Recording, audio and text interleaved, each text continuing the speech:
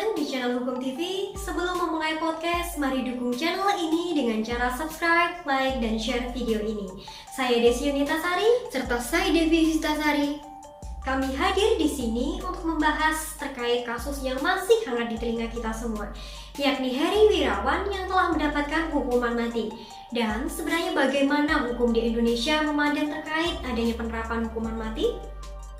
Pemerkosa 13 santriwati di Bandung, Heri Wirawan telah dijatuhi vonis hukuman mati oleh Pengadilan Tinggi Bandung, Jawa Barat pada Senin 4 April 2022. Di mana sebelumnya Heri Wirawan mendapatkan vonis penjara seumur hidup dalam sidang vonis di Pengadilan Negeri Bandung pada 15 Februari 2022. Vonis tersebut tentunya membuat kecewa banyak kalangan yang berharap bahwa terdakwa dihukum seberat-beratnya. Merasa korban tak mendapatkan keadilan, Kejaksaan Tinggi Jawa Barat pun mengajukan banding terhadap putusan Majelis Hakim Pengadilan Negeri Bandung yang menjatuhkan hukuman penjara seumur hidup terhadap pelaku pemerkosa Heri Wirawan, di mana jaksa penuntut umum bersikukuh agar tuntutannya kepada hakim untuk menjatuhkan hukuman mati kepada Heri Wirawan dapat dipenuhi, dan tentunya mengharapkan banyak hal agar menjadi pertimbangan bagi majelis hakim dalam melakukan banding tersebut. Lantas, hal apakah yang melatar belakangi jaksa bersikukuh atas tuntutannya agar Heri Wirawan mendapat hukuman mati? Tentu terdapat beberapa argumentasi dan pertimbangan yang melatar belakangi jaksa dalam menuntut hukuman mati bagi Heri Wirawan. Yakni yang pertama, jaksa mengacu pada konvensi PBB yang menentang penyiksaan dan hukuman tidak manusiawi. Yang kedua, kekerasan seksual yang dilakukan terdakwa sebagai pendiri, pengasuh sekaligus pemilik pondok pesantren kepada anak didiknya tentu mengakibatkan korban berada dalam kondisi tidak berdaya dan juga tertekan. Yang ketiga, yakni kekerasan terdakwa berpotensi merusak kesehatan anak dan berisiko menularkan penyakit HIV. Keempat, perbuatan terdakwa berpengaruh kepada psikologis dan emosional anak secara keseluruhan. Yang kelima, kekerasan seksual terdakwa yang dilakukan secara terus-menerus dan juga sistematik. Tentu yang keenam, jaksa memiliki alasan pemberatan tuntutan terhadap terdakwa yang menggunakan simbol agama untuk melaksanakan kejahatannya. Yang ketujuh, perbuatan terdakwa dinilai menimbulkan dampak kekerasan sosial yang tentu sangat berdampak luar biasa. Dan yang terakhir, perbuatan terdakwa berpotensi menimbulkan korban ganda menjadi korban kekerasan seksual dan juga korban ekonomi fisik yang menimbulkan dampak sosial dalam berbagai aspek. Lantas, pasal apa sajakah yang dikenakan kepada Heri Wirawan?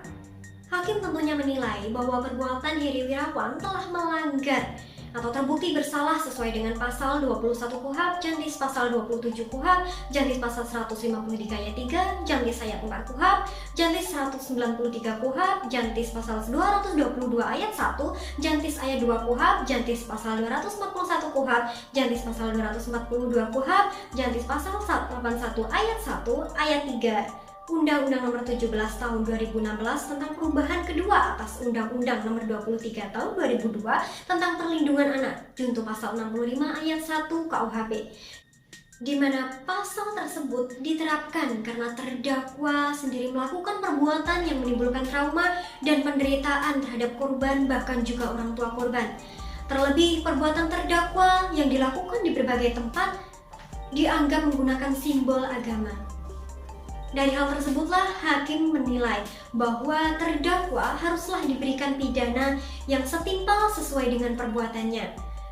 Namun pidana tersebut dapat memberikan efek jera dan menjadi contoh bagi orang lain agar tidak melakukan perbuatan yang serupa dengan perbuatan terdakwa. Sehingga pidana mati yang dijatuhkan tersebut bukanlah semata-mata sebagai upaya balas dendam atas perbuatan terdakwa, namun secara umum sebagai upaya untuk melindungi masyarakat dari perbuatan serupa di kemudian hari dan dari kemungkinan pengulangan perbuatan serupa yang dilakukan oleh terdakwa. Lantas, bagaimana aturan hukum internasional memandang penerapan hukuman mati? Hukuman mati merupakan salah satu isu yang kontroversial dalam Kovenan Internasional Hak-Hak Sipil dan juga Politik atau ICCPR. Meskipun dalam pasal 6 ayat 1 ICCPR mengakui bahwa hak hidup merupakan hak yang tidak dapat dikurangi dalam situasi apapun atau non-derogable rights, sebagaimana berbunyi, setiap manusia berhak atas hak hidup yang melekat pada dirinya. Hak ini wajib dilindungi oleh hukum dan tidak seorang pun dapat dirampas hak hidupnya secara sewenang-wenang. Namun, secara tekstual hukuman mati masih diperbolehkan sebagaimana diatur dalam pasal 6 ayat 2 ICCPR yang menyatakan bahwa hukuman mati hanya dapat dijatuhkan terhadap kejahatan-kejahatan yang paling serius dan hanya dapat dilaksanakan atas dasar keputusan akhir yang dijatuhkan oleh suatu pengadilan yang berwenang. Lantas, aturan hukum apa sajakah yang ada di Indonesia yang menerapkan hukuman mati?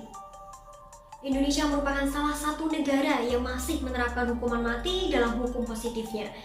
Beberapa undang-undang yang masih memasukkan hukuman mati sebagai hukuman maksimal diantaranya adalah Undang-Undang Nomor 15 Tahun 2003 tentang penetapan Perpu Nomor 1 Tahun 2002 tentang pemberantasan tindak pidana terorisme menjadi undang-undang. Kemudian Kitab Undang-Undang Hukum Pidana atau KUHP yang terdapat dalam pasal 104 tentang kejahatan terhadap keamanan negara, pasal 111, pasal 124, pasal 140 tentang makar, serta pasal 340 tentang pembunuhan berencana yang memang masih mencantumkan hukuman mati sebagai hukuman maksimal.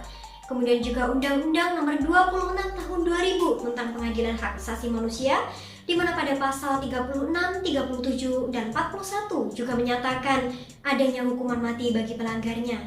Lantas, mengapa kejahatan seksual yang dilakukan Heri Wirawan benar-benar tidak bisa dimaafkan?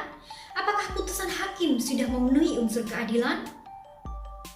Pelaku kejahatan seksual terhadap anak dikualifikasikan sebagai graviora delicta atau kejahatan serius yang sangat kejam.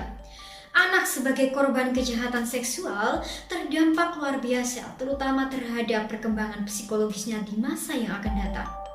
Akibat dari depresi, malu, dan lain sebagainya. Atas dasar itulah, Indonesia secara legal formil sudah menyatakan bahwa kejahatan seksual terhadap anak merupakan extraordinary crime atau the most serious crime. Sehingga, dalam kasus permerkosaan yang dilakukan Heri Wirawan dapat dikatakan extraordinary crime karena terdapat pelanggaran hak asasi manusia, di mana pelaku telah melakukan pemerkosaan terhadap anak di bawah umur sehingga dapat berpotensi merusak kesehatan anak, baik secara fisik maupun mental.